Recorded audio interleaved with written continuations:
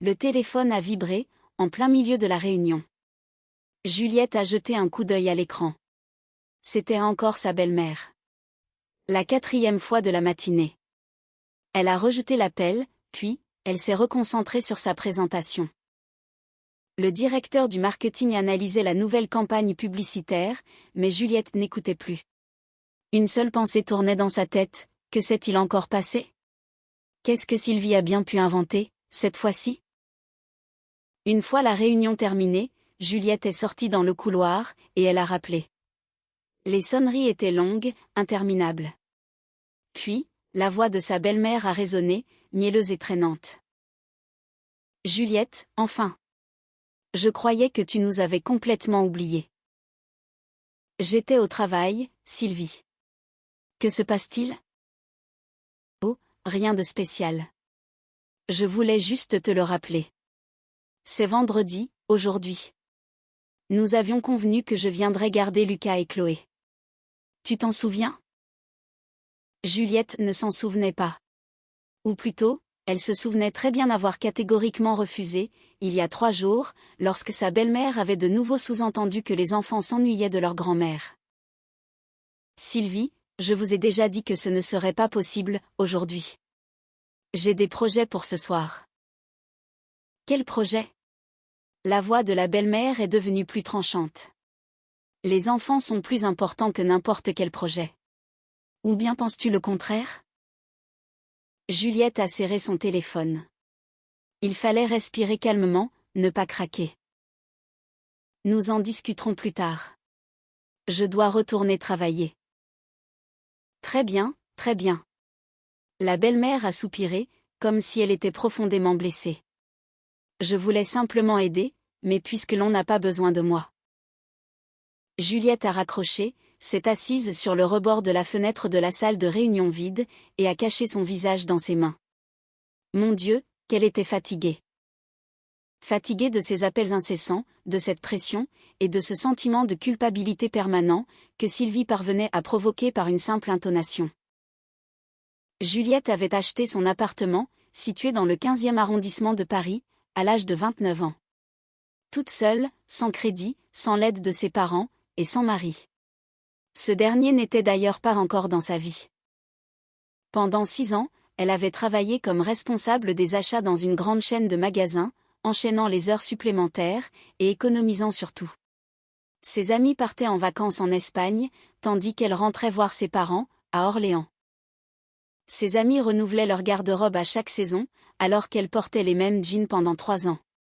Le jour où elle a signé l'acte de vente, elle a fondu en larmes, directement dans le bureau du notaire. Cette femme adulte pleurait comme une petite fille, car c'était sa victoire, son indépendance, son propre territoire. Un bel appartement de 3 pièces, 72 mètres carrés, situé dans un immeuble de standing. Ce n'était pas du neuf, mais c'était du solide. Elle avait fait les travaux de décoration elle-même. Le week-end, elle posait le papier peint. Un ami avait installé le parquet, pour une somme symbolique. Quant aux meubles, elle les avait choisis pendant des mois. Un canapé couleur moutarde, une table en bois de frêne massif, et un grand fauteuil à dossier haut, placé près de la fenêtre. Le résultat était chaleureux, moderne, et sans fioritures.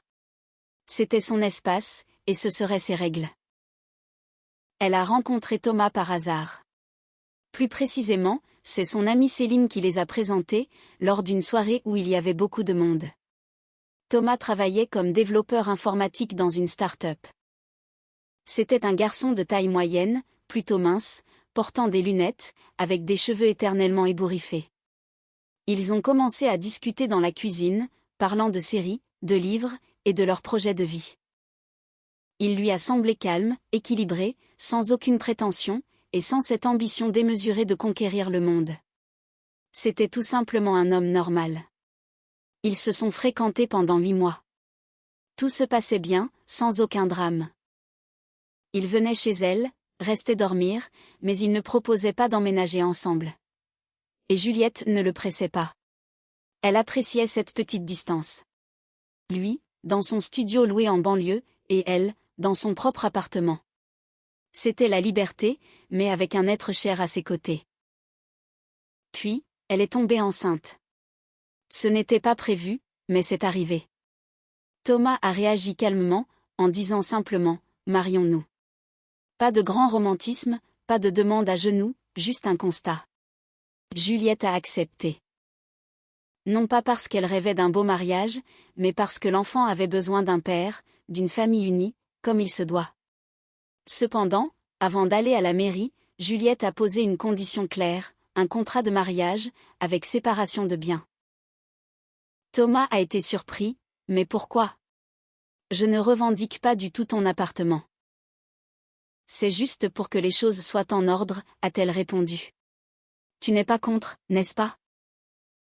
Il a haussé les épaules, non, je ne suis pas contre. Ils sont allés chez le notaire, et ils ont signé les papiers.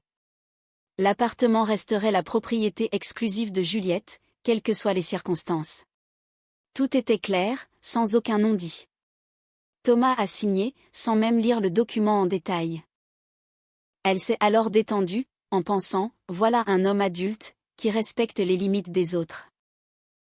Sylvie a fait son apparition, une semaine après le mariage. Thomas l'avait prévenue, ma mère veut te rencontrer, elle viendra demain. Pas de problème, bien sûr, avait répondu Juliette. Elle était curieuse de voir la femme qui avait élevé un fils aussi calme. La belle-mère est arrivée un samedi, vers midi, et a sonné à la porte. Juliette a ouvert. Sur le pas de la porte, se tenait une femme d'une soixantaine d'années, un peu enrobée, vêtue d'une veste marron, et tenant un grand sac à la main. Ses cheveux étaient teints en roux, coiffés en vagues soignées. Sur son visage, il y avait une épaisse couche de fond de teint. Elle a souri, mais son sourire n'a pas atteint ses yeux. Juliette, enchantée. Je suis Sylvie, la mère de Thomas. Elle est entrée dans le couloir, et a regardé autour d'elle. Son regard a glissé sur les murs, s'est attardé sur les chaussures neuves dans le placard, puis sur le miroir, et enfin sur l'étagère à clé. Pas mal, a-t-elle déclaré. C'est lumineux, c'est propre. Thomas, tu ne m'avais pas dit que c'était aussi spacieux ici. Juliette l'a conduite dans la cuisine. Sylvie a sorti de son sac des boîtes contenant de la nourriture, de la viande en sauce, de la purée de pommes de terre, une salade, et une tarte maison à la confiture. Je me suis dit que, comme tu es enceinte, c'est difficile pour toi de cuisiner. Alors, j'ai apporté ça. Thomas adore ça depuis qu'il est petit, n'est-ce pas, mon fils? Thomas a hoché la tête, et a serré sa mère dans ses bras. Juliette a mis de l'eau à chauffer, puis elle a mis la table. Ils se sont assis tous les trois, ont bu du thé, et ont mangé la tarte. Sylvie parlait beaucoup d'elle-même. Elle vivait seule, dans un petit appartement HLM de 2 pièces, en banlieue parisienne. Son mari était décédé il y a 15 ans. Sa retraite était maigre, et elle joignait difficilement les deux bouts. Elle travaillait comme femme de ménage dans une école, et faisait quelques heures supplémentaires ailleurs. Elle se plaignait de sa santé, de ses voisins, et des factures d'électricité. Juliette écoutait, hochait la tête, et compatissait sincèrement. Ensuite, Sylvie s'est levée, s'est promenée dans l'appartement, a jeté un œil dans les pièces, dans la salle de bain, puis s'est arrêtée devant la fenêtre de la chambre. La vue est belle, a-t-elle dit. Ça donne sur le parc, ça doit être très calme. Oui, c'est calme, a confirmé Juliette. Vous avez de la chance. Moi, j'étouffe dans mon trou. Les fenêtres donnent sur la cour, il y a les poubelles juste en dessous, et l'été, l'odeur est épouvantable. En hiver, il fait froid, et les radiateurs chauffent à peine. Thomas a froncé les sourcils, maman, n'exagère pas. Mais quelle exagération? Sylvie a fait un geste de la main. Tu le sais très bien. Combien de fois je t'ai dit qu'il fallait changer quelque chose? Mais avec ma petite retraite, comment veux-tu que j'achète un appartement? Un silence pesant s'est installé. Juliette a ressenti la tension, mais elle a préféré ne rien dire. Sylvie a soupiré, est retournée dans la cuisine, et a fini son thé. Elle est partie tard, alors que la soirée tombait déjà. En partant, elle a serré Juliette dans ses bras, et lui a dit. Prends bien soin de toi, ma petite, et prends soin de mon Thomas. C'est le seul fils que j'ai. » Lorsque la porte s'est fermée, Juliette a poussé un grand soupir de soulagement. Thomas a demandé, « Alors, comment tu trouves ma mère ?»« Ça va », a menti Juliette. C'est une femme très gentille. En réalité, elle se sentait mal à l'aise. Quelque chose, dans ses regards, dans ses soupirs, et dans ses plaintes incessantes sur la vie, l'avait alertée. Mais elle a décidé de ne pas tirer de conclusion hâtive. Peut-être que la première impression était trompeuse, après tout. Lucas est né en mars. L'accouchement a été difficile. Juliette est restée à l'hôpital pendant une semaine. Thomas venait tous les jours, apportait des fruits, de l'eau, et restait assis à côté d'elle. En revanche, Sylvie a débarqué sans prévenir. Elle a forcé le passage pour entrer dans la chambre, ignorant totalement les protestations des infirmières, s'est assise sur le bord du lit de Juliette, et s'est penchée sur le berceau du bébé. « Oh, comme il est petit, et tout maigre. Tu le nourris correctement, au moins ?» Juliette, déconcertée, a répondu, « Bien sûr que je le nourris. »« Et tu as du lait ? Parce que ta poitrine n'a pas l'air très imposante. Peut-être qu'il n'en a pas assez ? » « Il a tout ce qu'il faut, » a répondu Juliette, d'un ton plus sec qu'elle ne l'aurait voulu. « Les médecins vérifient, tout va bien. » Sylvie a pincé les lèvres, a détourné le regard, puis, elle a sorti de son sac une boîte de lait en poudre pour bébé. « Je l'ai apporté, au cas où. S'il y a un problème, tu lui donneras ça en complément. » Juliette a pris la boîte, et l'a posée en silence sur la table de nuit. Une fois sa belle-mère partie, elle a donné cette boîte à sa voisine de chambre. De retour à la maison, l'enfer a commencé. Pas immédiatement, mais de manière très progressive. Au début, Sylvie venait une fois par semaine. Elle apportait à manger, s'occupait de Lucas, pendant que Juliette dormait ou prenait une douche. Cela ressemblait à de l'aide, mais à chaque fois, elle trouvait un prétexte pour faire une remarque. « Juliette, tu laves mal ses vêtements. Il faut le faire à la main, avec une lessive spéciale pour bébé.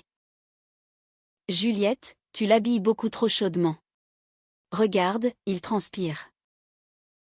Juliette, tu ne le prends pas assez dans tes bras.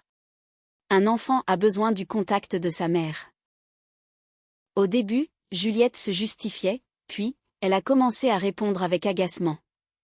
Thomas intervenait. « Maman, ça suffit maintenant.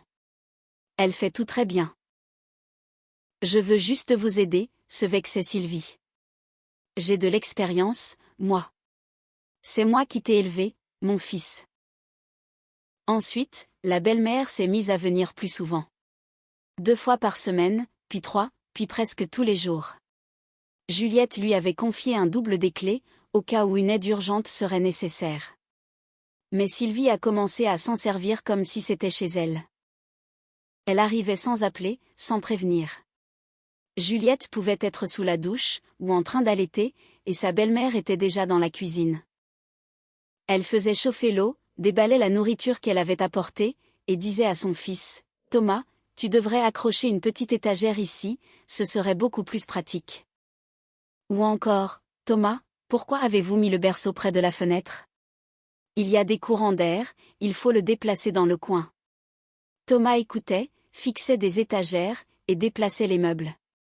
Juliette protestait, mais il balayait ses remarques d'un revers de main. « Oh, ça va, c'est un détail. Maman s'y connaît mieux, elle a de l'expérience. » Juliette a commencé à remarquer que des objets disparaissaient.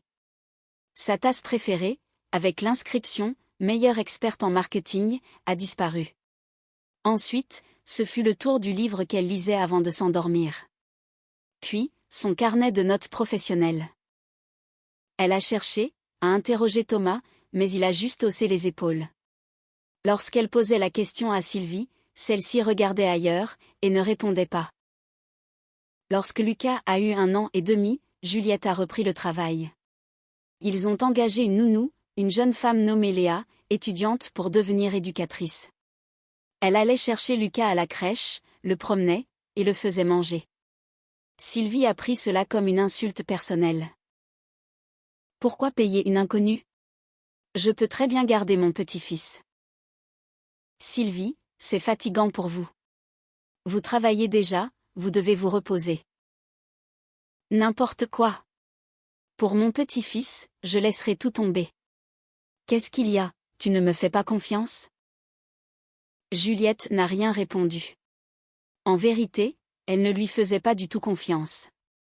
Il y avait eu trop de petites piques, trop de remarques désobligeantes, et trop d'ingérence. Mais un mois plus tard, Léa a démissionné. Elle a dit qu'elle avait trouvé un emploi mieux rémunéré. En réalité, Juliette avait vu Sylvie lui parler longuement, dans la cour de l'immeuble. Après cette conversation, Léa avait commencé à se comporter de manière étrange, avant de partir définitivement. Juliette n'a pas cherché à en savoir plus, et elle a engagé une autre nounou, Sophie. Celle-ci a tenu 3 semaines, avant de partir à son tour. La troisième, Marie, n'est restée qu'1 mois. « Qu'est-ce que vous leur dites ?» a demandé Juliette, de but en blanc, à sa belle-mère. « Rien du tout », s'est indignée Sylvie. Elle voit bien, par elle-même, que je m'en sors beaucoup mieux. Je suis sa vraie grand-mère, et elles ne sont que des étrangères. Juliette a fini par céder. Sylvie a commencé à garder officiellement Lucas, après la crèche. Elle arrivait à 16h, et restait jusqu'à 20h. Elle le nourrissait, jouait avec lui, et le mettait au lit. Juliette rentrait du travail, épuisée, et sa belle-mère l'accueillait avec une pique. « Alors, tu as bien travaillé? J'espère au moins qu'il te paie correctement. » Ou bien, « Lucas a attendu sa maman toute la journée, et tu rentres encore en retard. » Ce n'est pas bien, ça. Juliette serrait les dents, et gardait le silence. Thomas, lui, n'intervenait jamais. Il essayait d'éviter le moindre conflit, mettait son casque sur les oreilles, et partait s'enfermer dans sa chambre, devant son ordinateur. 1 an plus tard, Chloé est née. Le 2e accouchement s'est mieux passé, mais Juliette était complètement épuisée. 2 enfants en bas âge, le travail, la maison. Tout s'est accumulé en même temps. Sylvie a de nouveau proposé son aide. Juliette a accepté, car elle n'avait plus la force de refuser. Parce qu'elle n'avait pas d'autre choix. La belle-mère s'est officiellement installée chez eux, pour 2 semaines, afin de l'aider avec le bébé. Mais, les 2 semaines passées, elle n'est pas partie. Elle a déclaré, « Où veux-tu que j'aille, maintenant? Tu n'arrives pas à gérer tout ça. » Lucas est laissé à lui-même, et Chloé pleure tout le temps. Je vais rester encore un peu. Ce « un peu » s'est transformé en 1 mois, puis 2, puis 6 mois. Sylvie s'est installée dans la petite pièce que Juliette avait prévu d'aménager en bureau. Elle y a apporté ses propres affaires, ses propres couvertures, et même ses propres casseroles. Elle s'est mise à cuisiner selon ses propres recettes. En rentrant du travail, Juliette trouvait dans la cuisine un ragoût qu'elle détestait, ou des boulettes à l'oignon qui lui donnaient la nausée, depuis sa grossesse. « Sylvie, je vous avais pourtant demandé de ne pas faire ce ragoût, je n'en mange pas. » « Et qu'est-ce que tu manges? Seulement des petites salades. Ton mari a besoin de vraie nourriture. » Thomas est assez grand pour décider de ce qu'il mange. « Tu aimes mon plat, n'est-ce pas, mon chéri? » « Oui, maman, il est très bon, » acquiesçait Thomas, sans même lever les yeux de son téléphone. Juliette allait s'enfermer dans sa chambre, et pleurait en silence dans son oreiller, pour que personne ne l'entende. Les enfants grandissaient. Lucas avait 3 ans, et Chloé, 1 an et demi. Sylvie a commencé à imposer ses propres règles. C'était elle qui décidait à quelle heure les enfants prenaient leur bain, ce qu'ils mangeaient, et comment il fallait les habiller.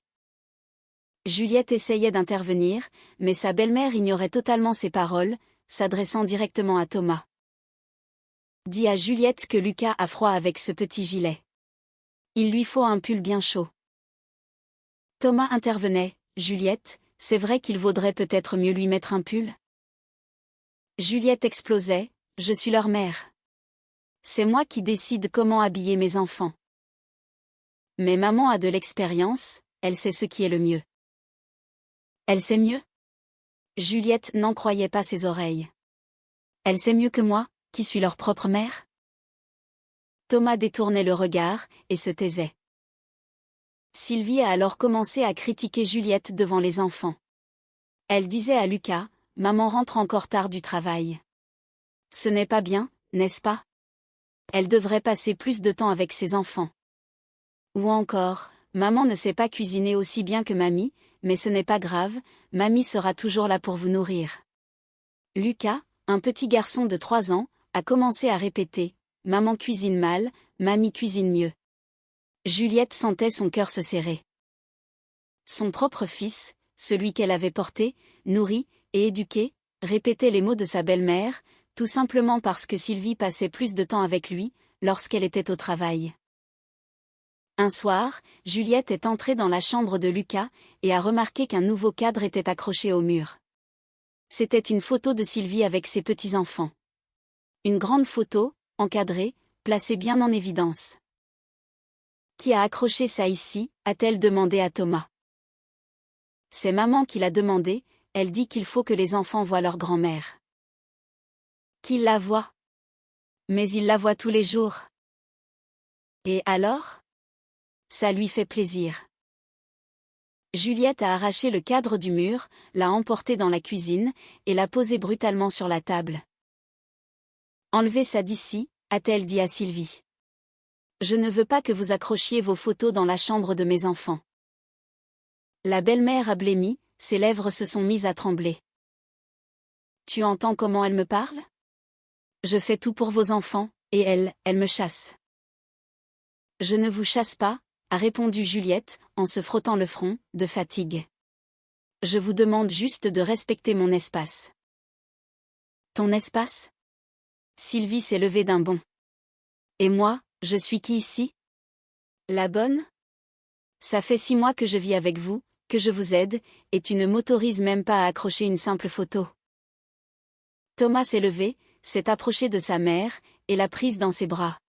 « Maman, calme-toi. Juliette ne voulait pas te blesser. » « Si, elle le voulait. Depuis le début, elle ne m'accepte pas. Je le vois très bien. » Juliette a tourné les talons, est sortie de la cuisine, s'est assise sur son lit, et a fixé le mur. Elle a compris qu'elle ne pouvait plus continuer ainsi.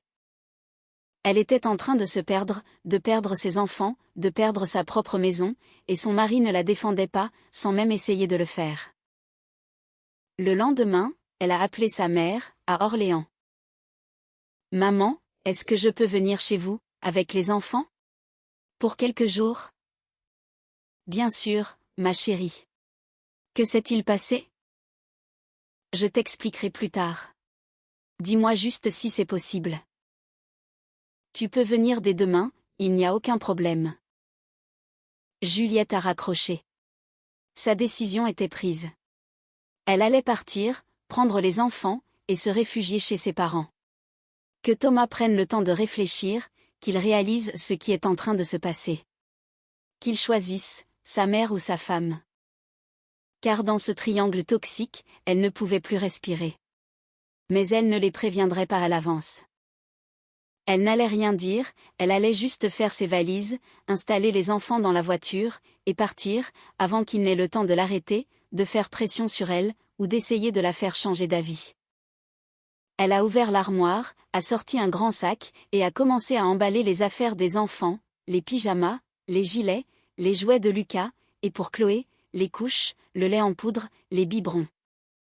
Elle travaillait vite, avec une efficacité redoutable, comme si elle exécutait une tâche au bureau. Sylvie est entrée dans la chambre, a vu le sac, et a froncé les sourcils. « Où est-ce que tu vas ? » « Ça ne vous regarde pas, » a répondu Juliette, sans se retourner. « Thomas » a crié la belle-mère, en se précipitant dans le salon. « Viens vite ici. » Thomas est entré, a regardé le sac, puis sa femme. « Juliette, que se passe-t-il ? » « Je pars chez mes parents, avec les enfants. »« Comment ça, tu pars ? Définitivement ? » ?»« Je n'en sais rien, on verra. »« Mais pourquoi ? À cause de quoi ? » Juliette s'est redressée, et l'a regardé droit dans les yeux. « À cause de ma fatigue.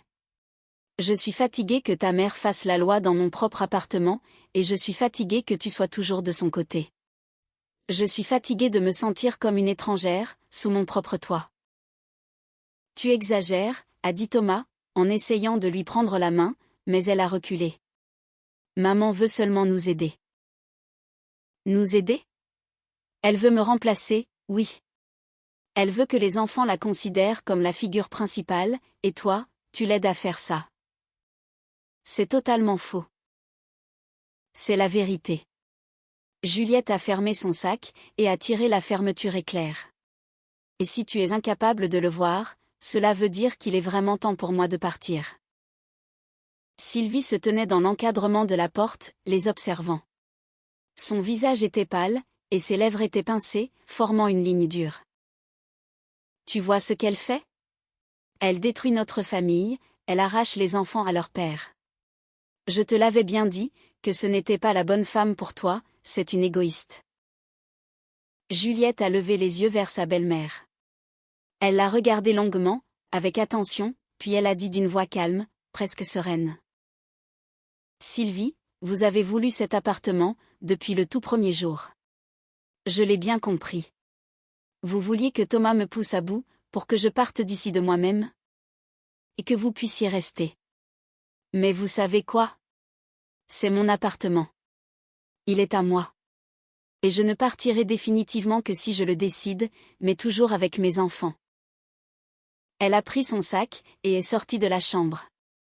Thomas a essayé de la retenir, en l'attrapant par le coude. Elle s'est dégagée vivement. Ne me touche pas. Elle s'est dirigée vers la chambre d'enfant, et a réveillé Lucas. Le petit garçon s'est mis à pleurer, sans comprendre ce qui se passait. Juliette l'a pris dans ses bras, puis elle a pris Chloé dans son berceau. La petite fille s'est mise à pleurer à son tour. Thomas se tenait dans le couloir, l'air perdu, le visage livide. Juliette, attends, s'il te plaît, parlons. Il est trop tard pour parler, il fallait y réfléchir avant. Elle a mis son manteau, a habillé les enfants. Lucas pleurnichait, et Chloé hurlait. Sylvie, depuis la cuisine, se lamentait à voix haute. Mon Dieu, mais qu'est-ce qu'elle fait? Arrête-la, bon sang. Mais Thomas ne l'a pas arrêté. Il est resté là, figé, regardant sa femme partir. Juliette est sortie sur le palier, a fermé la porte derrière elle, est descendue par l'ascenseur, et s'est retrouvée dans la rue. Il faisait froid, et le vent balayait ses cheveux. Elle a installé les enfants dans la voiture, les a attachés, s'est assise au volant, a démarré le moteur, et a jeté un dernier regard vers les fenêtres de son appartement. La lumière y était allumée. Là-bas restait la vie qu'elle avait construite pendant 6 ans, et cette femme, qui avait lentement, et méthodiquement, tout détruit. Juliette s'est éloignée, prenant la route en direction d'Orléans. Elle ne s'est pas retournée, pas même une seule fois. La route a duré 2 heures. Lucas s'est endormi au bout de 30 minutes. Chloé a pleuré pendant presque tout le trajet. Juliette conduisait, serrant le volant à s'en faire blanchir les jointures, le regard fixé sur l'obscurité devant elle. Les phares découpaient des morceaux d'autoroute dans la nuit, éclairant la ligne blanche et les rares voitures. Dans sa tête, les pensées tournaient en boucle, comme un carrousel infernal. Son téléphone n'arrêtait pas de sonner. Thomas l'appelait, encore et encore. Juliette ne décrochait pas. Puis, les messages ont commencé à affluer. Juliette, où es-tu, Juliette, réponds-moi, s'il te plaît, on s'inquiète pour vous, allez, ça suffit, arrête de faire la tête. Reviens, et on discutera calmement. Elle les lisait, sans répondre, a coupé le son, et a continué sa route. Ses parents l'ont accueillie sur le pas de la porte. Sa mère l'a prise dans ses bras, a pris Chloé, et l'a portée à l'intérieur. Son père a pris les sacs, avec un hochement de tête silencieux. Il avait toujours été un homme de peu de mots, mais Juliette lisait une profonde inquiétude dans ses yeux. La maison était ancienne, sur 2 étages, avec des planchers en bois qui grinçaient. Ça sentait bon le bois sec et les pommes. Sa mère préparait déjà les réserves pour l'hiver. Juliette est entrée, a retiré son manteau, et s'est laissée tomber sur le canapé du salon. Lucas s'est blotti contre elle, encore endormi, et un peu désorienté. « Maman, on est où ?» a-t-il demandé. « Chez papy et mamie. Tu te souviens, on est venu cet été ? Et papa, il est où ?» Juliette a ravalé la boule qui serrait sa gorge. « Papa est resté à la maison, il viendra nous voir plus tard. » Mentir à son fils était douloureux, mais lui dire la vérité, à ce moment-là, l'était encore plus. Sa mère a couché les enfants dans la chambre à l'étage, puis elle est redescendue, s'est assise près de Juliette, et lui a pris la main. « Raconte-moi. » Juliette a tout raconté. L'attitude de Sylvie, sa pression constante, la façon dont elle l'avait expulsée de sa propre vie. Elle a parlé de Thomas, qui ne l'avait jamais défendu, qui n'avait jamais pris le parti de sa femme. Elle a raconté à quel point elle s'était sentie étrangère, dans son propre appartement, et enfin, sa décision de partir. Sa mère l'écoutait, hochait la tête, sans jamais l'interrompre. Lorsque Juliette eut terminé, elle a dit doucement. « Tu as bien fait de venir. Tu avais besoin de souffler, de te retrouver au calme, pour réfléchir. » Réfléchir. Mais je ne sais pas du tout ce que je dois faire maintenant. Juliette a enfoui son visage dans ses mains. Je ne peux plus vivre comme ça, mais divorcer, ça me terrifie. Mes enfants grandiront sans leur père. Tes enfants vivaient avec un père qui refusait de voir ce qui se passait sous ses yeux, a dit sa mère en lui serrant fort la main. Ce n'est pas mieux que de vivre sans lui. Son père, qui était resté assis dans un fauteuil près de la fenêtre, a fini par rompre le silence. Cette bonne femme en a après ton appartement.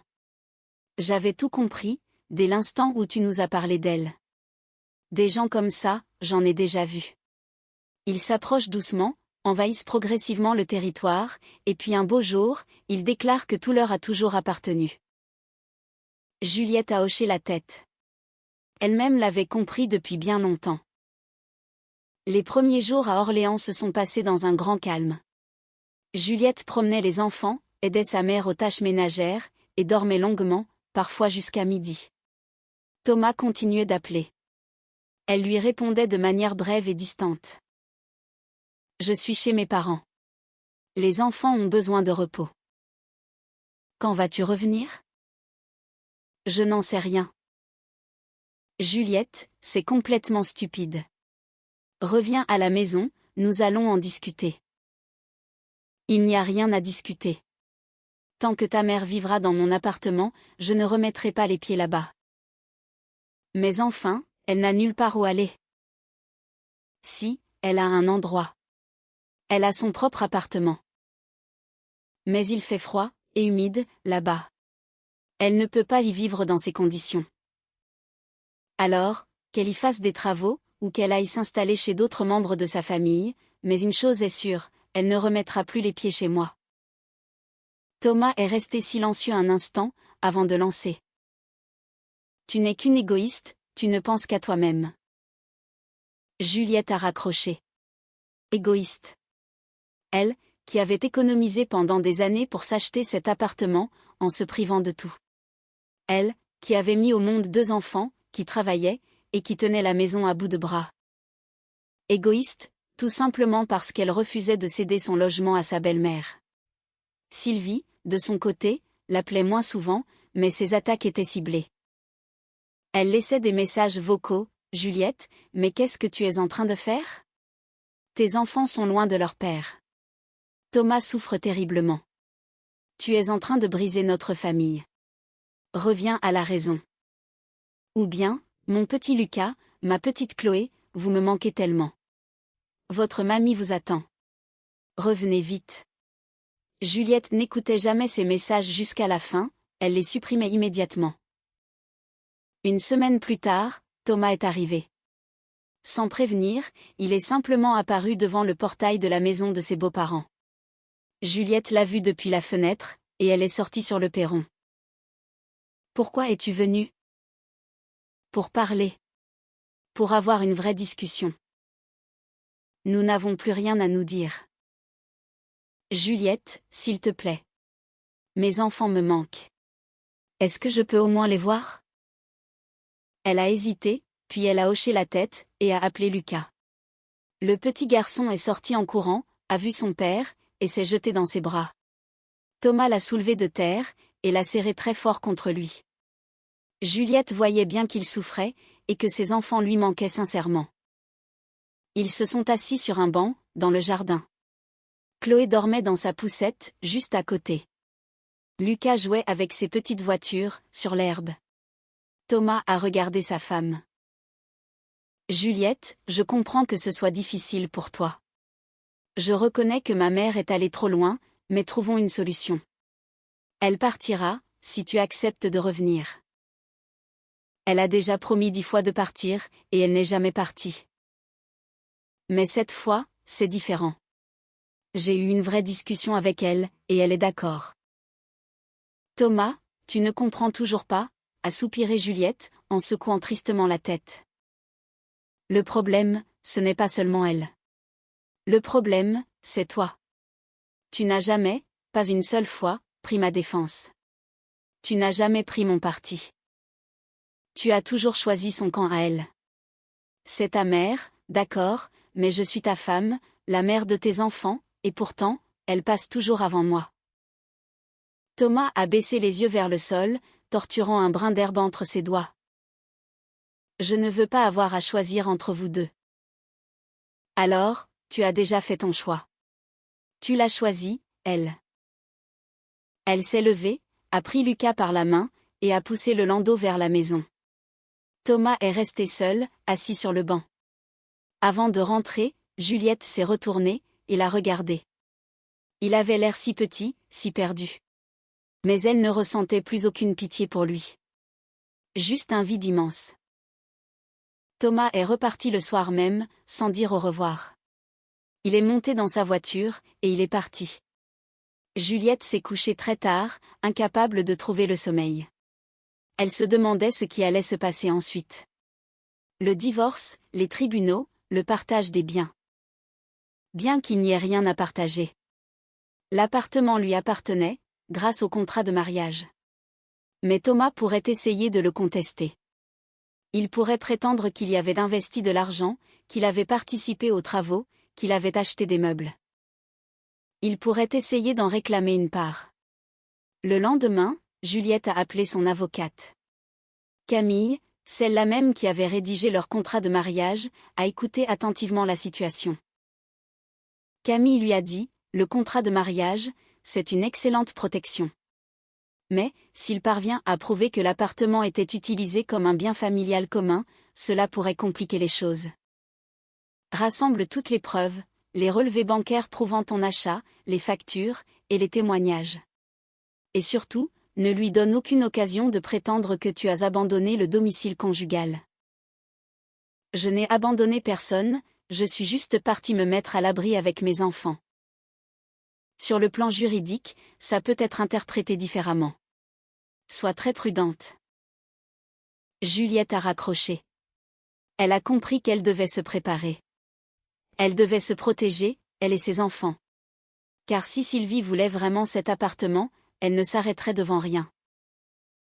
3 jours plus tard, Thomas l'a appelée. Sa voix était étrange, chargée de tension. Juliette, il faut qu'on se voie, pour discuter sérieusement. De quoi? De l'appartement. Le cœur de Juliette s'est arrêté une seconde. Que veux-tu dire, à propos de l'appartement? Viens à Paris. On en parlera en face. Non, dis-le-moi au téléphone. Un silence pesant s'est installé. Puis, il a lâché. Maman pense que nous devrions vendre l'appartement, et en acheter 2 plus petits. Un pour nous et les enfants, et un autre pour elle. Comme ça, tout le monde sera heureux. Juliette est restée sans voix. Pendant quelques secondes, elle fut incapable de prononcer un seul mot. Puis elle a murmuré. Tu as complètement perdu la tête? Juliette, écoute-moi, c'est tout à fait logique. Ton grand appartement vaut facilement 500 000 € aujourd'hui. On peut très bien acheter 2 petits appartements pour 250 000 chacun. Il nous restera même un peu d'argent.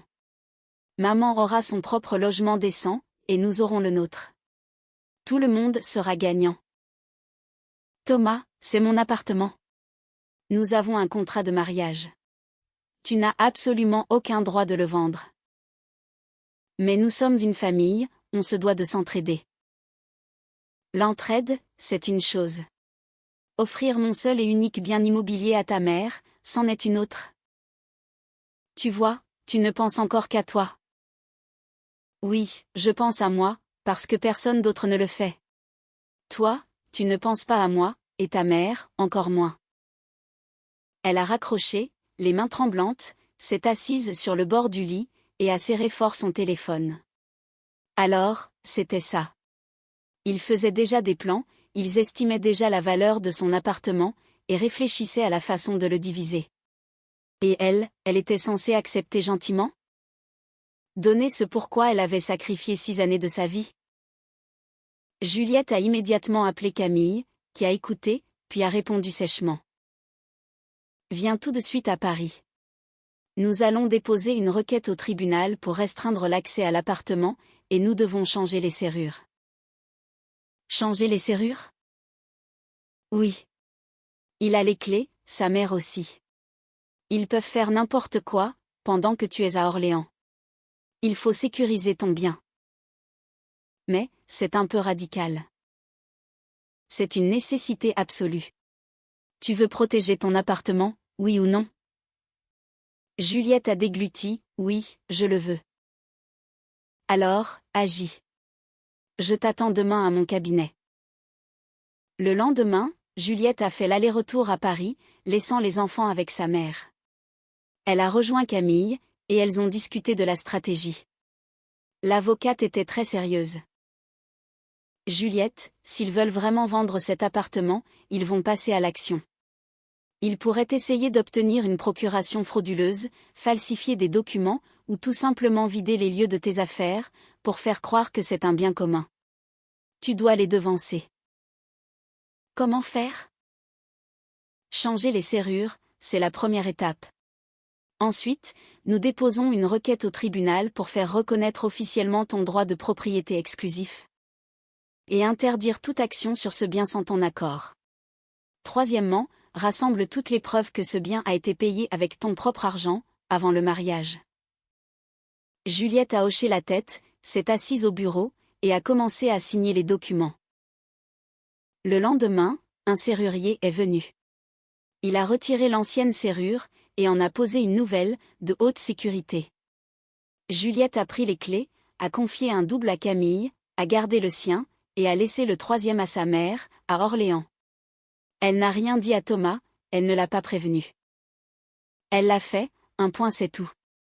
Le soir même, il l'a appelé, hurlant dans le combiné. Qu'est-ce que tu as fait? Tu as changé les serrures?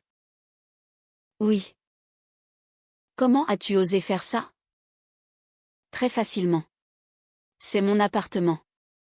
J'en ai parfaitement le droit. Mais c'est chez nous. Nous y vivons. Vous y avez vécu. Ce n'est plus le cas. Juliette, tu es complètement folle.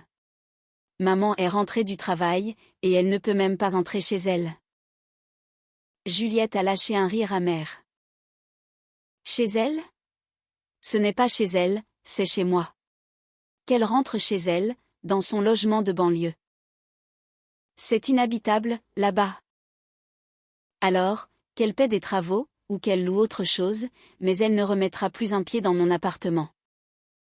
Thomas respirait de manière saccadée, plein de rage.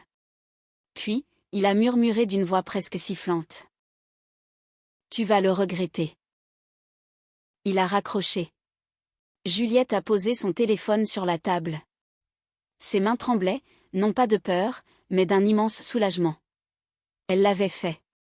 Elle avait protégé ce qui lui appartenait. Enfin. Sylvie a appelé 1 heure plus tard. Sa voix était hystérique, à la limite de la crise de nerfs. Mais qu'est-ce que tu as fait, petite garce? Ça fait 6 mois que je t'aide, que je garde tes gamins, que je fais la cuisine et le ménage, et toi, tu me jettes à la rue. Sylvie, vous avez votre propre logement. Allez-y. Tu n'as aucune honte. Tu as monté Thomas contre sa propre mère. Et maintenant, tu me chasses de chez moi. Je ne te pardonnerai jamais ça. Je ne vous demande pas votre pardon. Laissez-nous simplement tranquilles. Juliette a raccroché, a bloqué le numéro de sa belle-mère, puis a bloqué celui de Thomas. Elle s'est assise sur le canapé de sa mère, la tête entre les mains. Voilà, les ponts étaient coupés. Il n'y avait plus de retour en arrière possible. Sa mère a apporté du thé, et s'est assise à côté d'elle. Es-tu sûre d'avoir pris la bonne décision? Oui. Si je ne l'avais pas fait, il m'aurait complètement écrasé. Et que va-t-il se passer, maintenant? Maintenant, ce sera le divorce, le partage de ce qu'il reste, et la pension alimentaire. Ce sera très difficile. Oui, mais ce ne sera jamais aussi difficile que de continuer à vivre avec eux. Les 2 semaines suivantes se sont écoulées dans une tension extrême. Thomas a essayé de la joindre via des connaissances communes. Sa cousine a appelé Juliette, essayant de la convaincre de faire un pas vers lui. Une amie de Sylvie a également appelé, en pleurant au téléphone, expliquant à quel point la pauvre femme souffrait, et comment elle s'était retrouvée sans toit. Juliette répondait toujours la même chose. Elle a son propre appartement. Mais il y fait très froid. Alors, qu'elle répare son chauffage. Mais elle n'a pas d'argent pour ça. Alors, que Thomas paie pour les réparations. C'est un fils tellement dévoué, après tout. Elle raccrochait, bloquait les numéros, et continuait sa vie. Son père manquait à Lucas, qui demandait souvent « Maman, quand est-ce qu'on rentre à la maison? Quand est-ce qu'on va voir papa ?» Juliette ne savait pas quoi répondre. Elle disait « Bientôt, mon soleil, sois un peu patient. » Mais au fond d'elle-même, elle savait que ce « bientôt » pourrait bien ne jamais arriver. Un mois plus tard, la convocation au tribunal est arrivée. Thomas avait demandé le divorce. Juliette s'y attendait. Elle a mandaté son avocate, préparé tous les documents nécessaires, et s'est rendue à l'audience. Au tribunal, l'atmosphère était lourde. Thomas était assis en face d'elle, pâle, amaigri, et évitait son regard. À ses côtés se trouvait Sylvie, vêtue d'un tailleur noir très strict, tenant un dossier. L'avocate de Thomas, une jeune femme au regard perçant, a immédiatement lancé l'offensive.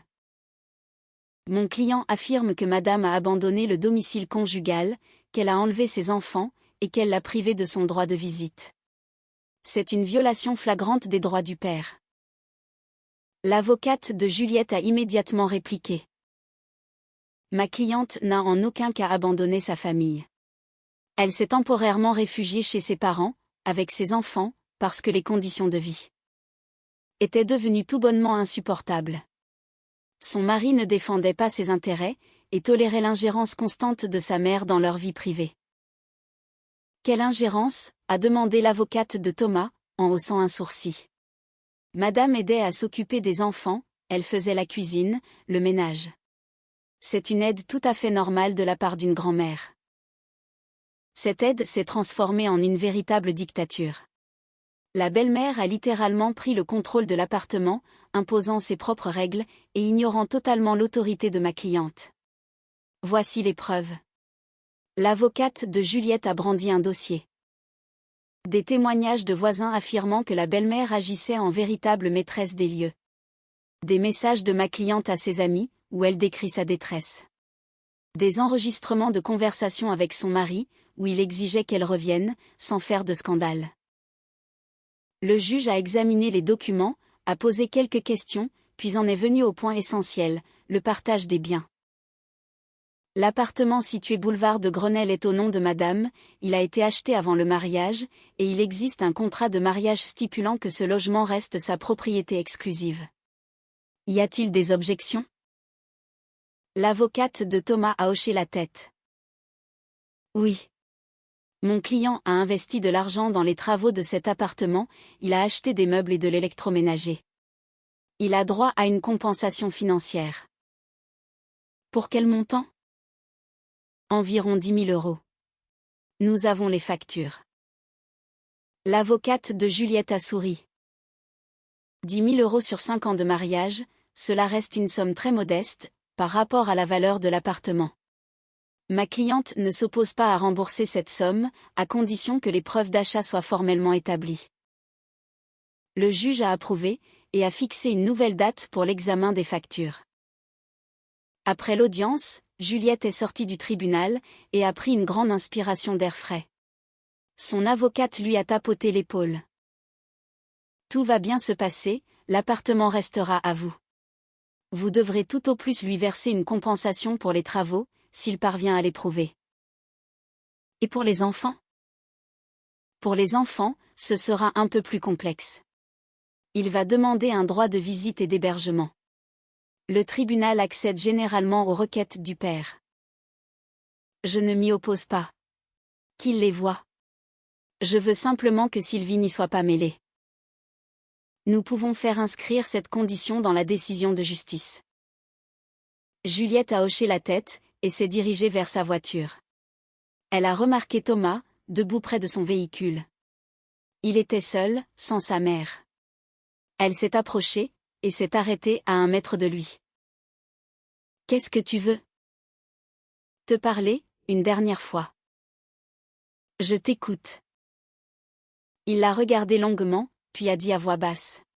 « Je ne voulais pas que ça se termine comme ça. Mais voilà où nous en sommes. Ma mère avait raison. Tu n'es qu'une égoïste, tu ne penses qu'à toi. » Juliette a eu un rire amer. « Tu sais, Thomas, j'ai sacrifié des années de ma vie pour pouvoir acheter cet appartement. Du travail acharné, des économies surtout, de grandes privations. C'est à moi. Et oui, je vais protéger ce qui m'appartient. Si pour toi c'est de l'égoïsme, c'est ton problème. Ma mère se retrouve sans logement. Elle a son propre appartement. C'est insalubre, on ne peut pas y vivre. Alors, qu'elle le vende, et qu'elle en achète un autre. Ou bien, loue-lui quelque chose. Tu as un travail, un salaire. Mais elle n'aura jamais mon appartement. Jamais. » Thomas a serré les dents, les yeux brillants de colère. « Tu vas vraiment le regretter. » »« C'est déjà fait, je n'ai plus rien à regretter. Le pire est derrière moi, c'était de vivre avec vous. » Elle l'a contourné, est montée dans sa voiture, a démarré le moteur, et est partie sans se retourner. Sur le chemin du retour vers Orléans, elle pensait à la suite des événements. Le divorce serait prononcé d'ici 1 ou 2 mois. L'appartement lui reviendrait. C'était une certitude. Thomas paierait une pension alimentaire, et verrait les enfants le week-end. Quant à Sylvie, que deviendrait-elle?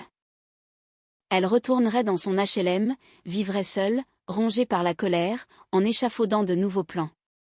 Juliette n'en savait rien, et ne voulait surtout pas le savoir. Cette femme n'était plus son problème. Elle est arrivée à Orléans tard dans la soirée. Les enfants dormaient déjà. Sa mère l'a accueillie sur le pas de la porte, et l'a serrée dans ses bras. « Alors ? L'appartement reste à moi. Le divorce sera bientôt prononcé. Es-tu sûre que c'est la bonne décision ? » Juliette a hoché la tête. « Oui, je ne peux plus vivre comme ça. Je ne le veux plus. » Sa mère a soupiré, et lui a caressé la tête. « Alors, reste ici autant que tu en auras besoin, nous t'aiderons. » Juliette s'est mise à pleurer, en enfouissant silencieusement son visage dans l'épaule de sa mère. Ce n'était pas de la tristesse, mais un immense soulagement. Pour la première fois depuis très longtemps, elle se sentait enfin en sécurité. 3 semaines supplémentaires se sont écoulées. Juliette vivait toujours à Orléans, travaillait à distance, et s'occupait de ses enfants. Thomas appelait de temps en temps, pour demander à parler à Lucas. Elle acceptait. Le petit garçon était fou de joie de parler à son père en appel vidéo, puis il devenait triste, et demandait « Maman, est-ce qu'on va rentrer à la maison, un jour ?»« Oui, mon soleil, bientôt. » Elle avait effectivement l'intention de rentrer, mais pas tout de suite. Elle devait attendre que la tempête se calme, que le divorce soit officiellement prononcé, et que Thomas et sa mère finissent par accepter la situation. Ensuite, elle retournerait dans son appartement, inscrirait les enfants à l'école et à la crèche, et recommencerait sa vie. Mais un soir, alors qu'elle était assise dans la cuisine de sa mère, en train de relire des documents envoyés par son avocate, elle a reçu une notification de son système de vidéosurveillance sur son téléphone. Juliette l'avait fait installer il y a 2 ans, par mesure de sécurité, après son emménagement. Elle avait placé plusieurs petites caméras, une dans l'entrée, une dans le salon, et une dans la chambre d'enfant, pour savoir ce qui se passait chez elle en son absence. Elle n'avait pas vérifié les enregistrements depuis longtemps, car il n'y avait aucune raison que quelqu'un s'y trouve. Les serrures avaient été changées, personne d'autre n'avait les clés. Pourtant, la notification était claire, mouvement détecté dans l'appartement. Juliette a ouvert l'application, s'est connectée à la caméra de l'entrée, et son sang n'a fait qu'un tour. À l'écran, elle a vu Sylvie. Sa belle-mère était en train d'ouvrir la porte avec une nouvelle clé, elle entrait dans l'appartement, et regardait autour d'elle. Elle avait l'air satisfaite, très sûre d'elle, comme si elle rentrait chez elle. Juliette fixait l'écran, n'en croyant pas ses yeux. Comment était-ce possible? Comment était-elle entrée? Les serrures avaient été changées. Puis, elle a compris. Un serrurier. Elle avait fait venir un serrurier, avait fait remplacer la serrure à nouveau, et s'était fait faire un jeu de clés. Le cœur de Juliette battait à tout rompre. Elle a basculé sur la caméra du palier. Oui, il y avait un système là aussi, installé par la copropriété suite à des plaintes de voisins. Sur l'enregistrement, on voyait clairement Sylvie arriver devant l'immeuble, taper son ancien code d'accès, entrer, puis monter les escaliers. Ensuite, on voyait un serrurier, un jeune homme avec une boîte à outils. Ils discutaient un instant, puis le technicien commençait à percer la serrure. Juliette a regardé la vidéo jusqu'au bout. Le serrurier changeait le barillet, et remettait les nouvelles clés à Sylvie. Elle le payait, il partait, et elle restait là. En ouvrant la porte avec sa nouvelle clé, elle entrait dans l'appartement. Sur la caméra intérieure, on voyait la belle-mère se promener dans les pièces, toucher les objets, ouvrir les placards, s'asseoir sur le canapé du salon, regarder autour d'elle en souriant. Juliette a poussé un profond soupir. Ainsi, Sylvie avait décidé de passer à l'action. Elle avait décidé de s'approprier l'appartement par la force, puisque la méthode douce n'avait pas fonctionné. Seulement, elle ignorait l'existence des caméras.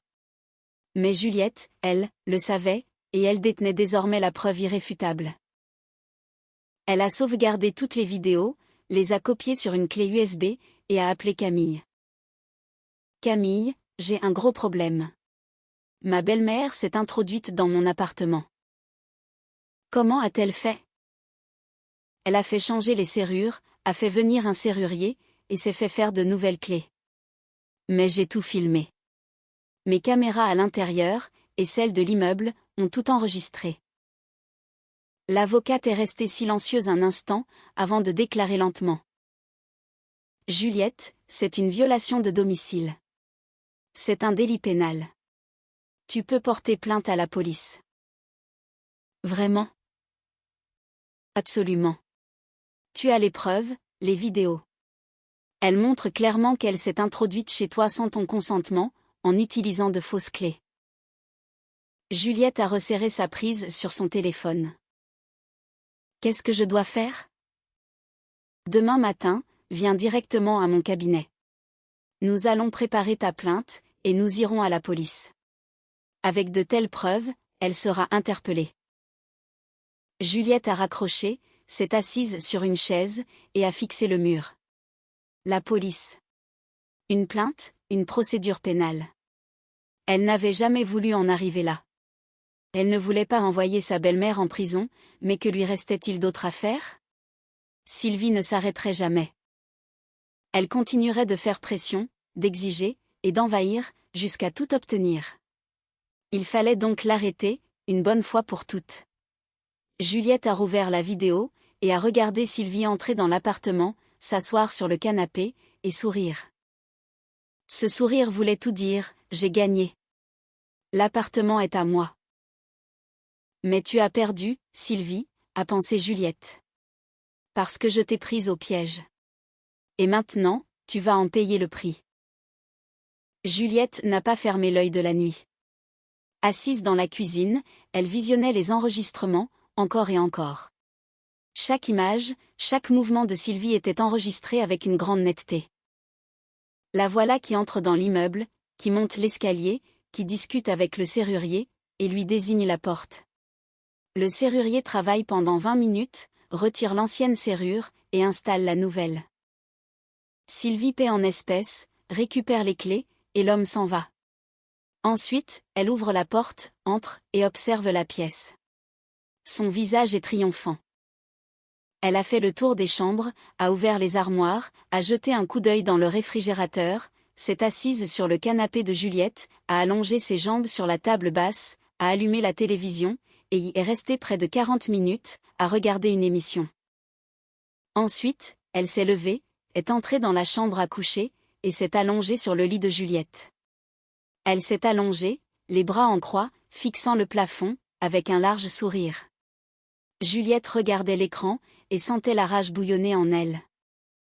Cette femme était allongée sur son lit, dans son appartement, qu'elle n'avait ni acheté, ni payé, et avec lequel elle n'avait aucun lien légitime, et pourtant, elle s'y comportait comme la maîtresse de maison. Le lendemain matin, Juliette a transféré toutes les vidéos sur sa clé USB, a appelé Camille pour confirmer leur rendez-vous, et a pris la route pour Paris, laissant les enfants avec sa mère. Au cabinet de l'avocate, elle a ouvert son ordinateur portable, et lui a montré les vidéos. Camille a regardé en silence, son visage se fermant de plus en plus. C'est de l'or, a-t-elle déclaré, lorsque la vidéo s'est terminée. De l'or pur. Tu as absolument tout, le visage, l'heure exacte, les fractions. Elle n'est pas seulement entrée, elle a fait changer les serrures. Ce n'est plus seulement une violation de domicile, c'est aussi une tentative préméditée de s'approprier le bien d'autrui. Que fait-on? On va au commissariat, tout de suite. Tu rédiges ta plainte, on joint les vidéos. Ils seront obligés d'ouvrir une enquête. Juliette a acquiescé. Elles se sont rendues au commissariat du quartier. L'agent d'accueil les a reçues avec une certaine indifférence, écoutant d'une oreille distraite. Mais lorsque Camille a lancé la vidéo sur sa tablette, son expression a radicalement changé. Attendez ici. Il s'est levé, a disparu dans les couloirs du bâtiment, et est revenu 10 minutes plus tard avec un homme en uniforme, plus âgé. L'inspecteur Dubois s'est présenté brièvement, s'est assis face à Juliette, a visionné les vidéos une seconde fois, puis a posé quelques questions. C'est bien votre appartement? Oui. Voici les actes de propriété. Cette femme a-t-elle les clés? Elle les a eues. Je les lui ai reprises avant de partir. Ensuite, j'ai fait changer les serrures. Mais elle a fait venir un serrurier, a fait installer de nouvelles serrures, et s'est fait faire des clés. Lui avez-vous donné l'autorisation? Non, ni à l'oral, ni par écrit. L'inspecteur a hoché la tête, et a pris des notes sur son carnet. Très bien, vous allez rédiger votre plainte en détail, en précisant toutes les circonstances. Vous nous laissez les vidéos. Nous allons ouvrir une enquête pénale pour violation de domicile. À cela pourrait s'ajouter l'infraction de tentative d'escroquerie, si l'intention de s'approprier le bien de manière frauduleuse est avérée. Juliette s'est installée à un bureau, et a commencé à écrire. Sa main tremblait, les lettres dansaient devant ses yeux, mais elle s'efforçait d'être la plus claire possible. Elle a relaté les faits de manière chronologique, comment Sylvie avait peu à peu envahi son appartement, comment elle avait fait pression sur elle, son projet de revendre le bien à son profit, le départ de Juliette, le changement de serrure, et enfin, l'intrusion par effraction de sa belle-mère. La déclaration faisait 3 pages. Elle l'a signée, et datée. Camille a signé en tant que représentante légale. L'inspecteur a rassemblé les documents, et les a placés dans un dossier. Dans un délai de 3 jours, nous émettrons un ordre d'ouverture d'enquête. Ensuite, nous convoquerons cette femme pour un interrogatoire. Si elle reconnaît les faits, tant mieux. Sinon, nous devrons approfondir l'enquête. Que risque-t-elle? A demandé Juliette, d'une voix timide. pour violation de domicile, jusqu'à 1 an de prison ferme. Si l'escroquerie est retenue, cela peut être beaucoup plus lourd, mais ça, c'est le tribunal qui en décidera. Juliette s'est levée, a remercié l'inspecteur, et est sortie dans la rue, prenant une grande inspiration d'air froid. Camille marchait à ses côtés. « Es-tu sûre de vouloir aller jusqu'au bout ?» lui a demandé l'avocate. « C'est tout de même la mère de ton mari, ou plutôt, de ton futur ex-mari. » J'en suis certaine. Juliette l'a regardé droit dans les yeux. Elle a franchi la ligne rouge. Elle croyait qu'elle pouvait faire ce qu'elle voulait, en pensant que je me laisserais faire. Mais je ne me laisserai pas faire, et je veux que tout le monde le sache, ce qui est à moi, et personne n'a le droit de me le voler.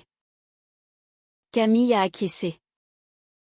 Alors prépare-toi, la suite sera difficile. 2 jours plus tard, l'inspecteur Dubois a appelé Juliette pour l'informer que l'enquête était officiellement ouverte. Sylvie avait été convoquée pour un interrogatoire. Elle s'était présentée avec un avocat, et avait tout nié en bloc. Elle affirmait avoir le droit de se trouver dans cet appartement, car elle avait aidé la famille, y avait vécu 6 mois, et considérait cet endroit comme sa maison. Mais lorsqu'on lui a montré les vidéos des caméras, elle a perdu ses moyens, essayant d'expliquer qu'elle voulait simplement récupérer ses affaires personnelles, et qu'elle n'avait aucune intention de voler quoi que ce soit. Mais l'inspecteur lui avait alors posé la question fatidique. « Pourquoi avez-vous fait changer les serrures ? » Je pensais en avoir le droit. J'habitais là. Vous n'êtes pas la propriétaire. La propriétaire, c'est madame. Elle a changé les serrures parce qu'elle refusait que vous entriez chez elle. Vous avez violé sa volonté, en faisant sauter la serrure. C'est une effraction. Sylvie s'était tue. Son avocat avait demandé une suspension d'audition. L'inspecteur leur avait accordé 15 minutes. À leur retour, l'avocat avait déclaré que sa cliente était prête à plaider coupable, mais partiellement. Oui, elle avait fait changer les serrures. Oui, elle était entrée dans l'appartement, mais non pas pour se l'approprier, juste pour récupérer des effets personnels. L'inspecteur avait pris note de ces déclarations, mais avec un profond scepticisme. Très bien, nous allons vérifier tout cela. Nous allons la placer sous contrôle judiciaire. Sylvie avait été relâchée, mais une semaine plus tard, l'inspecteur a rappelé Juliette. « Madame, nous avons besoin d'inspecter l'appartement, pour vérifier ce qu'elle y a fait exactement. Pouvez-vous venir nous ouvrir ?» Juliette s'y est rendue le lendemain, et a retrouvé l'inspecteur devant l'immeuble. Ils sont montés jusqu'à l'appartement. La serrure était toujours celle que Sylvie avait fait installer. L'inspecteur l'a prise en photo, et a noté les références. Puis, ils sont entrés. L'appartement était méconnaissable, très différent de l'état dans lequel Juliette l'avait laissé. Les meubles avaient été déplacés. Dans la cuisine, il y avait de la vaisselle neuve, bon marché, achetée en supermarché, très différente de celle de Juliette. Dans la chambre, une couverture étrangère trônait sur le lit. Dans la garde-robe, des vêtements appartenant à Sylvie étaient soigneusement pendus. Elle avait bien l'intention de s'installer ici, a dit Juliette à voix basse. Pas de récupérer ses affaires, mais bien d'y vivre. L'inspecteur a hoché la tête, et a pris des photos de chaque détail. Dans l'entrée, ils ont trouvé des documents, le devis du serrurier, et la facture acquittée, au nom de Sylvie. Elle y figurait comme la propriétaire des lieux. Ça, c'est beaucoup plus grave, a commenté Dubois. Elle ne s'est pas seulement introduite chez vous, elle a tenté d'établir légalement qu'elle y résidait. Faux et usage de faux, tentative d'escroquerie. C'est une toute autre qualification pénale. Juliette a serré les dents. Elle avait donc vu juste. Sylvie voulait la chasser définitivement, lui voler son bien, et le mettre à son nom. Et maintenant, a-t-elle demandé. Maintenant, enquête complémentaire, convocation, et ensuite, le tribunal. Le processus prendra environ 3 ou 4 mois. Préparez-vous. Juliette a hoché la tête, et a demandé l'autorisation de faire à nouveau changer la serrure.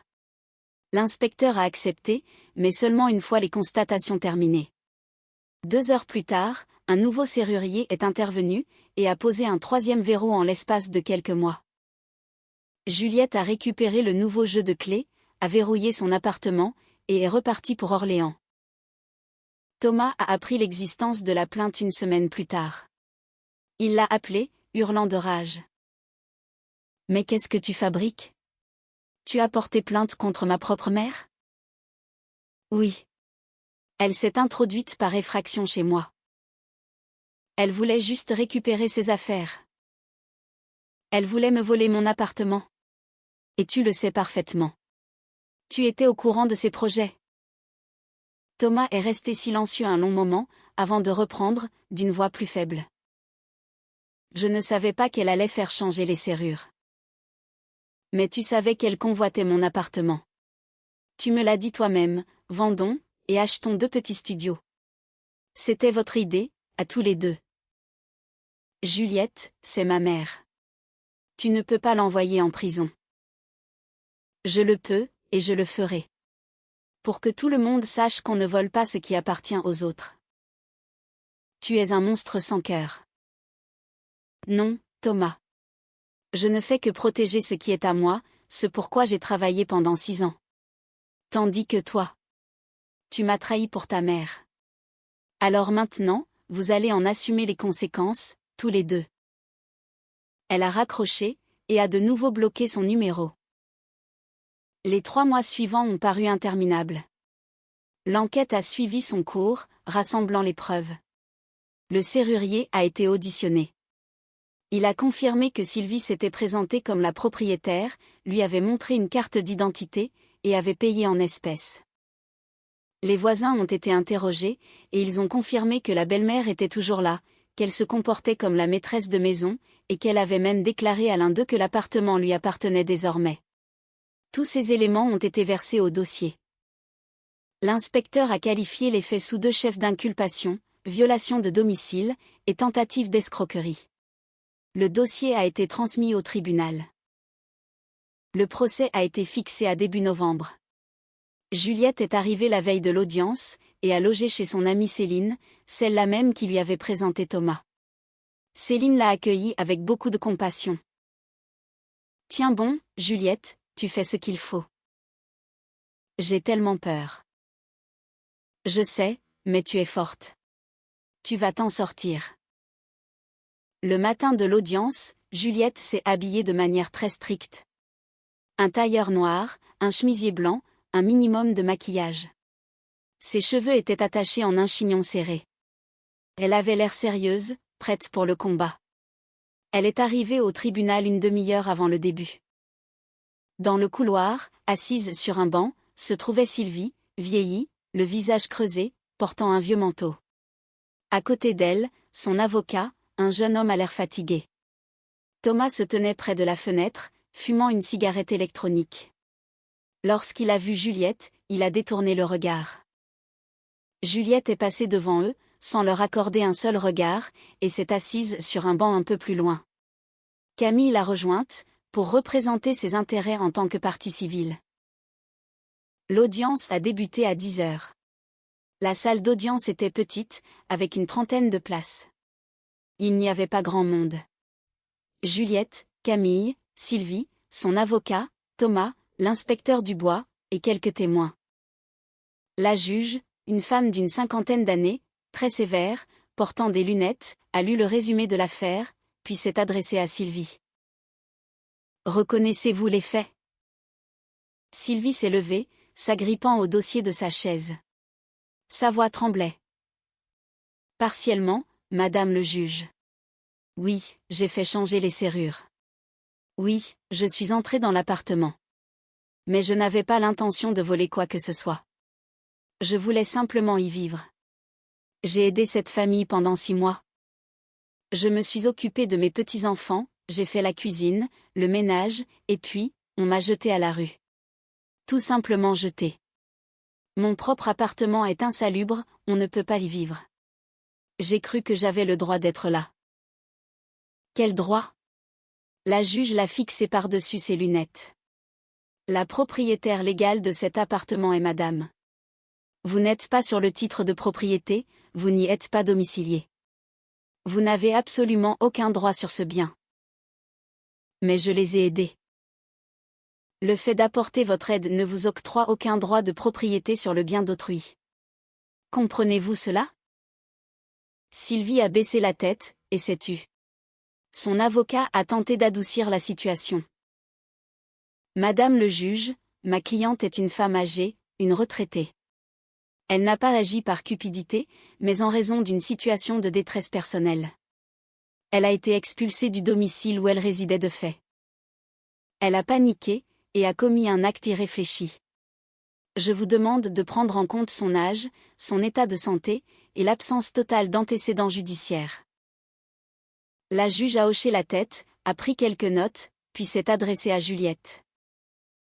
Madame, veuillez nous donner votre version des faits. Juliette s'est levée. Son cœur battait la chamade, mais sa voix est restée parfaitement stable. J'ai acheté cet appartement avant mon mariage, avec mes propres économies. Ensuite, j'ai épousé Thomas, le fils de madame. Nous avons signé un contrat de mariage, stipulant clairement que ce logement resterait ma propriété exclusive. Ma belle-mère a commencé à venir souvent pour m'aider avec les enfants. Puis, elle s'est installée de façon permanente. Je ne l'ai pas mise à la porte immédiatement, car j'avais besoin d'aide. Mais elle a commencé à se comporter comme si elle était chez elle. Elle déplaçait mes meubles, me critiquait ouvertement et faisait pression sur mon mari. J'ai très vite compris qu'elle voulait s'approprier mon logement. Lorsque je suis partie me réfugier chez mes parents, elle a fait venir un serrurier, a fait changer le canon de la porte, et s'est fait faire des clés pour s'introduire chez moi. J'ai tout enregistré grâce à mon système de vidéosurveillance. Elle n'est pas venue récupérer des affaires. Elle aménageait mon appartement pour s'y installer. Elle a apporté sa vaisselle, ses vêtements, et s'est présentée comme la propriétaire au serrurier. Ce n'était pas un acte désespéré, c'était une manœuvre préméditée. La juge a hoché la tête. C'est clair. Avez-vous les preuves à fournir à la cour? Camille s'est avancée pour lui remettre le dossier. La juge a visionné les vidéos des caméras, examiné les documents, et lu les dépositions des témoins. Ensuite, elle a suspendu l'audience pour délibérer. Juliette est sortie dans le couloir, et s'est assise sur un banc. Ses mains tremblaient légèrement. Céline lui avait envoyé un SMS. « Tiens bon, tu assures. » Juliette a répondu d'un simple « Merci ». Thomas s'est approché d'elle, et s'est assis à côté, sans la regarder. « Juliette, est-ce qu'on peut parler ? » « Je t'écoute. » Il a gardé le silence un long moment, avant de murmurer. « Je voulais te dire. Pardon. J'avais tort. J'aurais dû te défendre, mais je n'ai pas eu la force d'aller contre ma mère. Je ne suis qu'un lâche. » Juliette l'a regardé. Il paraissait tellement épuisé, usé. « Oui, tu es un lâche. Je sais. Et je comprends que tu ne me pardonneras jamais. Mais je t'en supplie, n'envoie pas ma mère en prison. Elle est vieille, malade. La prison, ça va la tuer. Thomas, elle a essayé de me voler ma maison. Ma maison, que j'ai mis des années à construire. Elle pensait qu'elle avait tous les droits, et toi, tu l'as aidée à le croire. Vous méritez tous les deux d'être punis. Alors punis-moi, moi. Je suis prêt à tout. Mais laisse-la tranquille. » Juliette a secoué la tête. Il est trop tard. C'est le tribunal qui décide. Thomas s'est levé, et s'est éloigné. Juliette a vu qu'il essuyait ses larmes, mais elle ne ressentait aucune pitié. Il avait fait son choix, le jour où il avait décidé que sa mère comptait plus que sa femme. À lui, maintenant, d'en assumer les conséquences. 1 heure plus tard, la juge est revenue, et a prononcé le verdict. Le tribunal déclare Madame coupable des faits qui lui sont reprochés, à savoir violation de domicile, et tentative d'escroquerie.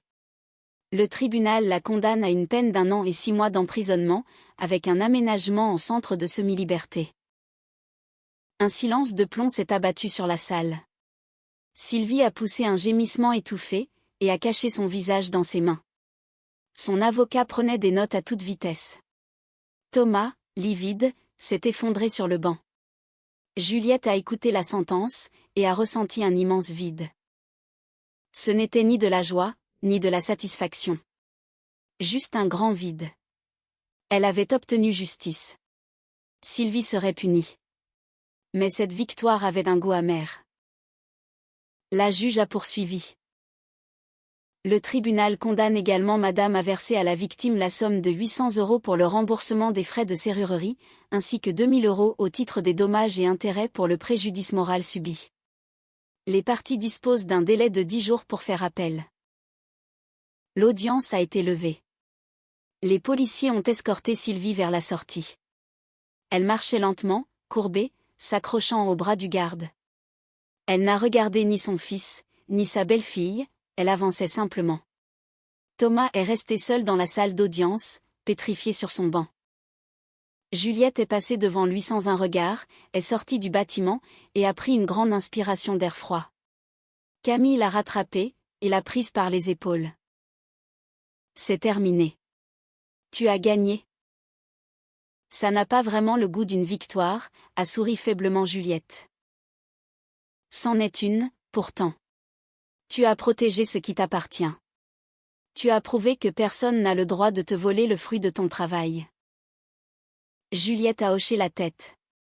Elles se sont dirigées vers la voiture. En chemin, Camille a ajouté. Maintenant, le divorce. La toute dernière étape. Le divorce a été prononcé un mois plus tard. Rapidement, et sans le moindre conflit. Thomas n'a pas cherché à contester l'appartement, il n'a rien réclamé, il a simplement signé les papiers, demandant seulement un droit de visite pour ses enfants, le week-end. Juliette a accepté. Les enfants n'étaient pas responsables du désastre qui s'était abattu sur leurs parents. Le juge a fixé une pension alimentaire équivalente à 30% du salaire de Thomas pour les 2 enfants, et a accordé un droit de visite 2 fois par mois, avec l'interdiction formelle de les mettre en présence de leur grand-mère. C'était une condition indispensable pour Juliette, Sylvie ne devait plus jamais avoir la moindre influence sur eux. Une fois tous les papiers signés, Juliette est retournée dans son appartement. Elle a ouvert la porte, et est entrée. L'air sentait la poussière et le renfermait. Elle a ouvert toutes les fenêtres, aéré les pièces, et rallumé le chauffage. Elle a fait le tour de l'appartement, a jeté toutes les affaires laissées par Sylvie, la vaisselle bon marché, les vêtements oubliés, la couverture. Tout ce qui pouvait lui rappeler son existence a fini à la poubelle. Ensuite, elle a lavé les sols, essuyé la poussière, et mis des draps propres. L'appartement était redevenu sien. C'était à nouveau son espace, son territoire. Pourtant, elle ne ressentait aucune joie, seulement une fatigue accablante, un vide immense. Juliette s'est allongée sur le canapé, fixant le plafond, et repensant à cette dernière année, à la façon dont sa famille s'était effondrée, comment elle s'était battue pour protéger ses biens, et comment elle y avait perdu un mari, la sérénité de ses enfants, et sa propre paix intérieure. Elle avait gagné. L'appartement était à elle. Sa belle-mère purgeait sa peine, le divorce était acté. Mais le prix à payer avait été exorbitant. Lucas et Chloé grandiraient dans une famille brisée. Thomas n'avait plus de femme, et sa mère était détenue. Tout le monde avait perdu, y compris Juliette. Elle s'est levée, s'est approchée de la fenêtre, et a observé la ville qui s'illuminait, les phares des voitures en contrebas. Elle s'est souvenue du jour où elle avait acheté cet endroit, de sa joie immense, des projets d'avenir qu'elle échafaudait, de son rêve de fonder une famille heureuse, avec des enfants qui grandiraient ici. La réalité était bien différente. Son téléphone a sonné. C'était sa mère, depuis Orléans. « Juliette, comment vas-tu ? » ?»« Ça va, maman. Je suis fatiguée. »« Quand viens-tu chercher les petits ? » ?»« Ce week-end. Je dois d'abord tout ranger ici, remettre de l'ordre. »« D'accord, prends bien soin de toi, ma chérie. »« Je le fais. » Juliette a raccroché, s'est assise sur le rebord de la fenêtre, a ramené ses genoux contre sa poitrine, et a songé à l'avenir. Elle retournerait au bureau, reprendrait son poste, récupérerait ses enfants, les inscrirait à la crèche et à l'école, et vivrait seule. Sans mari, sans belle-mère, sans aucune pression toxique. Elle était libre, mais elle était seule. Lucas réclamerait son père. Chloé grandirait sans souvenir d'une famille unie. Thomas viendrait les week-ends pour jouer avec eux, puis repartirait. Sylvie sortirait de prison dans 1 an, retournerait dans son petit logement de banlieue. Elle serait folle de rage, essaierait peut-être de se venger, mais Juliette n'avait plus peur. Elle savait, désormais, qu'elle était capable de se défendre, elle, et ses enfants. Le lendemain matin, Juliette s'est réveillée tôt. Elle a préparé un café, s'est installée devant son ordinateur, et a ouvert sa boîte mail, des dizaines de messages de ses collègues, de ses clients. Tous lui demandaient quand elle serait de retour. Elle a envoyé un message à son directeur, « Je reprends mon poste lundi ». Il a répondu aussitôt, « Parfait, on t'attend de pied ferme ». Le travail allait être sa bouée de sauvetage. Les projets, les défis, les délais à respecter. Elle n'aurait plus le temps de ressasser le passé, ni de s'apitoyer sur son sort. Il fallait avancer. Le week-end venu, Juliette a pris la route d'Orléans pour retrouver ses enfants. Lucas a explosé de joie, et s'est précipité vers elle. Chloé lui a souri, en tendant ses petits bras. Juliette les a serrés très fort contre elle, respirant le parfum de leurs cheveux. C'était pour eux qu'elle avait fait tout cela. Pour leur avenir, pour leur sécurité. « Maman, on rentre à la maison ?» a demandé Lucas. « Oui, mon soleil, on rentre à la maison. » Ils ont rassemblé leurs affaires, ont dit au revoir à papy et mamie. Juliette a installé les enfants dans la voiture, et a pris la direction de Paris. Lucas a bavardé pendant tout le trajet, racontant comment il s'était promené avec papy, comment il avait donné à manger aux poules, et comment il avait glissé sur sa luge. Chloé dormait à poing fermé dans son siège. Lorsqu'ils sont arrivés, Lucas a couru dans l'appartement, et s'est écrié de joie. « Ouais, on est à la maison. » Juliette a souri. Oui, ils étaient à la maison. Dans leur maison. Un endroit où personne ne viendrait plus dicter sa loi, donner des ordres, ni essayer de leur voler ce qu'ils avaient. Le soir même, Juliette a mis les enfants au lit, et a lu une histoire à Lucas. Le petit garçon s'est endormi rapidement, serrant fort son ours en peluche. Juliette lui a déposé un baiser sur le front, est sortie de la chambre sur la pointe des pieds, et s'est installée dans la cuisine. Elle s'est versé une tasse de thé, et a regardé par la fenêtre la ville endormie. La vie continuait. Elle avait devant elle son travail, ses enfants, de nouvelles épreuves, et de nouvelles joies. Il y aurait la solitude, certes, mais surtout la liberté. Le droit de vivre comme elle l'entendait, sans aucune pression, sans aucune manipulation. Elle en avait payé le prix fort, elle y avait perdu sa famille, sa tranquillité, et sa foi en la bonté humaine, mais elle avait sauvé l'essentiel. Elle s'était sauvée elle-même, avait préservé sa dignité, et protégé sa maison. Juliette a terminé son thé, a lavé sa tasse, a éteint les lumières, et a regagné sa chambre. Elle s'est allongée sur son lit, et a fermé les yeux. La fatigue l'a envahie presque instantanément, mais juste avant de sombrer dans le sommeil, une dernière pensée l'a traversée. J'ai réussi. J'ai tenu bon. J'y suis arrivée. Et elle s'est endormie profondément, sans aucun cauchemar. Pour la première fois depuis très longtemps.